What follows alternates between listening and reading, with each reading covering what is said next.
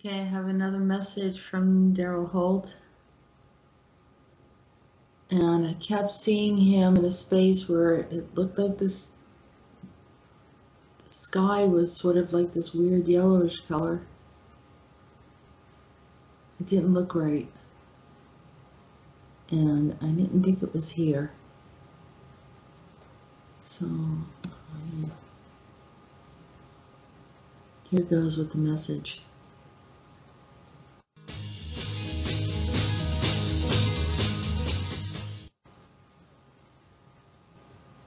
Hello, Daryl. Are you okay? He's saying he's not okay.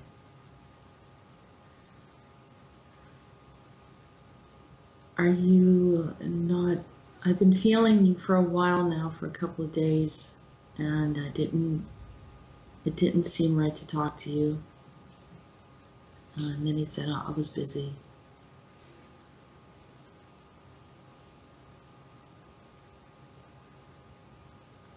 He said we have to do things to survive. And even though we're thinking and communicating, we still have to keep moving. Why did you leave our reality? You were here. He said, because that's not going to solve anything by staying here. We have to go find the problems.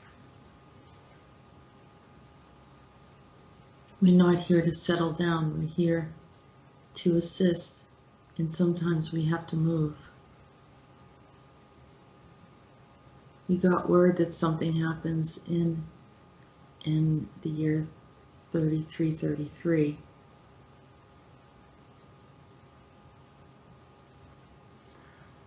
Didn't you already know about it? We couldn't see it since the time shift happened. The time shift created a lot of openings for us. The timelines got misconstrued, and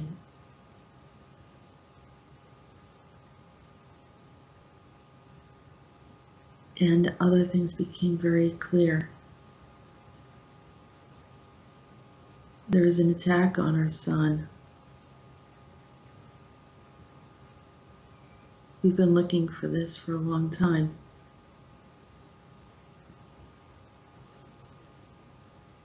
I asked him about why, the year is so even. It's like 22, 22, 33, 33. It's sort of, and he said it had to do with those years are selected for different events, but it's to initiate something, not necessarily to follow through. They don't like to be predictable. And I'm asking who are the ones that were predictable, or who is he talking about? And he's saying the Anunnaki. It's a group of Anunnaki. He said they like to play games, make humans feel out of step, like they don't quite know what's going on. He said, I was told that we change that we gain control, that we're no longer vulnerable, and that much of the discord in this world is related to those that are influenced by them being contrary to their own kind.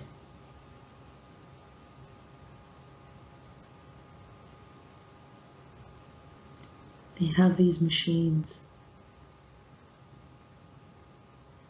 They look like very low intelligent beings, but they're very, very smart. And they have these machines that can adjust things on the earth that you can't imagine. And I'm asking him, where did they get these tools? He said, we don't know. We never followed that trail. We're just trying to stop them from destroying our sun. So are you saying that they don't need to live off of our sun? He said, that's correct. They have their own version of a sun in the earth, in the inner parts of the earth. And I asked, well, but don't they think that they get affected by this? If the outer earth has a problem, it affects the inner earth. He said they know how to shield things.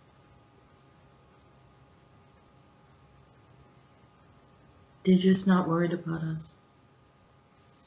They think we're disposable, we're a nuisance. They want to maintain their civilization. They don't care if we go away.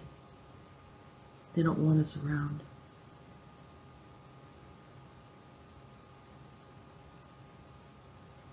Is this why they sent that AI from ancient Sumeria when I talked to Peter?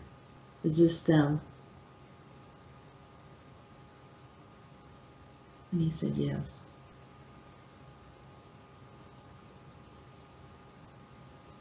He said there are some Anunnaki that are working with humans, but I don't trust any of them. They've approached us many times and have warned us, but I don't always feel like it's the right advice. They try to distract us and prevent us from finding things out. Sometimes they'll even shut the door on us. We're ready to jump into a portal and they close it. I tell the others not to trust them. But sometimes we have no choice. They're there, always. Are they there in the future? All the way up through the future to your time? He said yes. He said that there is a possibility, there is a legend that humans break through and find a place where they don't exist in time.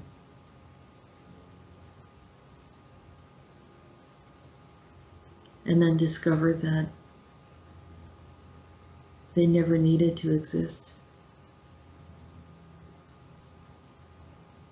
That early in time that they were helped when they didn't need to be helped.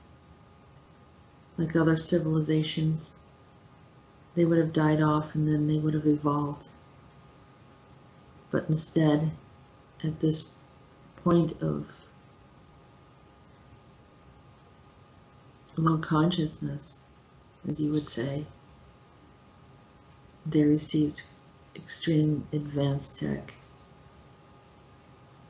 that holds everything in this space.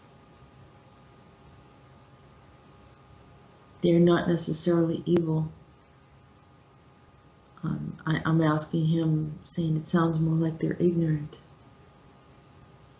Like they don't have a full realization of what they're doing. I mean, they know what they're doing, but there's an ignorance there. They don't see the damage. He said, that's right. He said they would destroy something very critical and not blink an eye about it. He's telling me that they're angry at me for talking about some of the things that I talk about.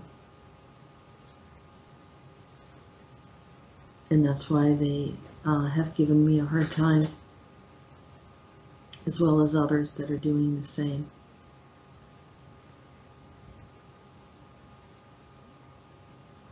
We shift the timelines, don't we? I can feel it, that we shift it, Daryl. He said we do. The legend says we do.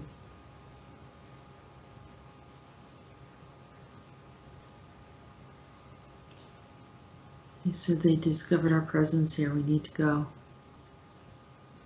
They're sending the apes after us. And I want to jump the portal before it's too late. You need to go then, Daryl. Thank you. Be safe and contact us again. He said, I'll be safe. We're always safe.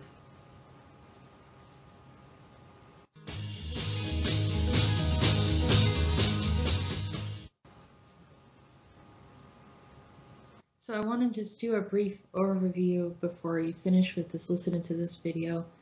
I imagine that it's hard to listen to. There's long pauses and it's a little difficult. But just to give you a brief overview, what Daryl was saying is essentially there's a group of Anunnaki that had a very powerful technology that was given to them, but they didn't have the right consciousness to deal with it. And so they're operating from that area and then still able to reach into timelines coming from the past, going into the future, doing different things that they probably shouldn't be able to do. So that was a bigger problem, and he's still trying to identify what's going on in the future where it's 3033, something like that. And I see all the threes and everything. It's sort of like, I don't know, it's a Trinity kind of Christian symbology that I can't help but think about. But some of these number systems seem to be quite interesting and pivotal, kind of the way, and I hate to bring it up, but it's sort of the way people like bringing up 9/11 now, using it as a launching for some other horrible thing. So we want to break all systems that kind of perpetuate things like this, and utilizing the number 3 for agendas. So anyhow, that's kind of an overview. I did ask Andronicus about this because Daryl told me about it. Not that I questioned Daryl, but Daryl is young. He's maybe around 10 years old or so, around that range. But he's extremely mature and has a mission, has an awareness of what's going on, extremely bright.